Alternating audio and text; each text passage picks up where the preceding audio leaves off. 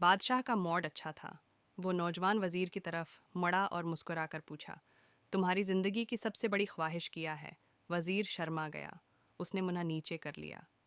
बादशाह ने कहकहा लगाया और बोला, तुम घबरा मत, बस अपनी जिंदगी की सबसे बड़ी ख्वाहिश बता। वजीर घुटनों पर झुका और आजिज़ी से बोला, हुजूर, आप दुनिया की खूबसूरत तरीन सल्तनत के मालिक हैं। मैं जब भी ये सल्तनत देखता हूँ तो मेरे दिल में ख्वाहिश पैदा होती है। अगर उसका 10वां हिस्सा मेरा होता तो मैं दुनिया का खुश नसीब तरीन शख्स होता। वजीर खामोश हो गया। बादशाह ने कहकहा लगाया और बोला, मैं अगर तुम्हें अपनी आधी सल्तनत दे दूं तो? वजीर ने घबराकर ऊपर देखा और आजिज़ी से बोला, बादशाह सलामत, ये कैसे मुमकिन है? मैं इतना खुशकस्मत कैसे हो सकता हूँ?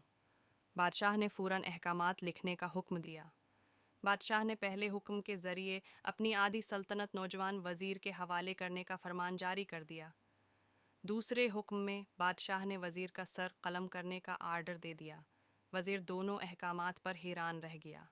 बादशाह ने अहकामात पर महर लगाई और वज़ीर की आंखों में आंखें मोहतरम डालकर कहा, नाजरीन, तुम्हारे अगर पास 20 आपको दिन हैं। हमारी ये तुमने वीडियो इन पसंद 20 आई दिनों हो में सिर्फ तो 3 हमारे सवालों के चैनल को जवाब तलाश सब्सक्राइब किए हैं। करें, तुम बेल के कामयाब आइकन हो को गए तो दबाएं। मेरा दूसरा हुक्म मनसूख हो जाएगा और तुम्हें आधी सल्तनत मिल जाएगी, और अगर तुम नाकाम हो गए तो पहला हुक्म खारिज समझा जाएगा और दूसरे हुक्म के मुताबिक तुम्हारा सिर अतार दिया जाएगा।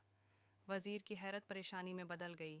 बादशाह ने उसके बाद फरमाया, मेरे 3 सवाल लिख लो। वज़ीर ने लिखना शुरू कर दिया।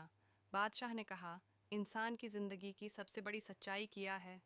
वो रिका और बोला, दूसरा सवाल इंसान की ज़िंदगी का सबसे बड़ा धोखा किया है? वो रिका और फिर बोला, तीसरा सवाल इंसान की ज़िंदगी की सबसे बड़ी कमज़ोरी क्या है? बादशाह ने उसके बाद नौकारे पर चोट लगवाई और बावाज़ बुलंद फरमाया, तुम्हारा वक्त शुरू होता है अब। वज़ीर ने दोनों परवाने उठाए और दरबार से दौड़ लगा दिया। ने इस शाम मलक भर के दानशूर, अदैब, मुफक्किर और ज़हीन लोग जमा किए और सवाल उनके सामने रख दिए।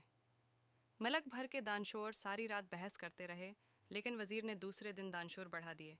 लेकिन नतीजा वही निकला। वो आने वाले दिनों में लोग बढ़ाता रहा, मगर उसे कोई तसल्ली बख्श जवाब न मिल सका। यहाँ तक कि वो मायूस होकर दारुल हुकूमत से बाहर निकल गया।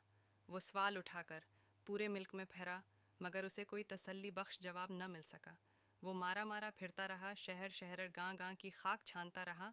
शाही लिबास फट गया, पगड़ी ढीली होकर गर्दन में लटक गई, जूते फट गए और पाँव में छाले पड़ गए। यहाँ तक कि शर्त का आखिरी दिन आ गया। अगले दिन उसने दरबार में पेश होना था। वज़ीर को यकीन था ये इसकी ज़िंदगी का आखिरी दिन है। कल उसकी गर्दन काट दी जाएगी और जिस्म शहर के मरकज़ी पुल पर लटका दिया जाएगा। वो मायूसी के आलम में दारुल हुकूमत की कच्ची आबादी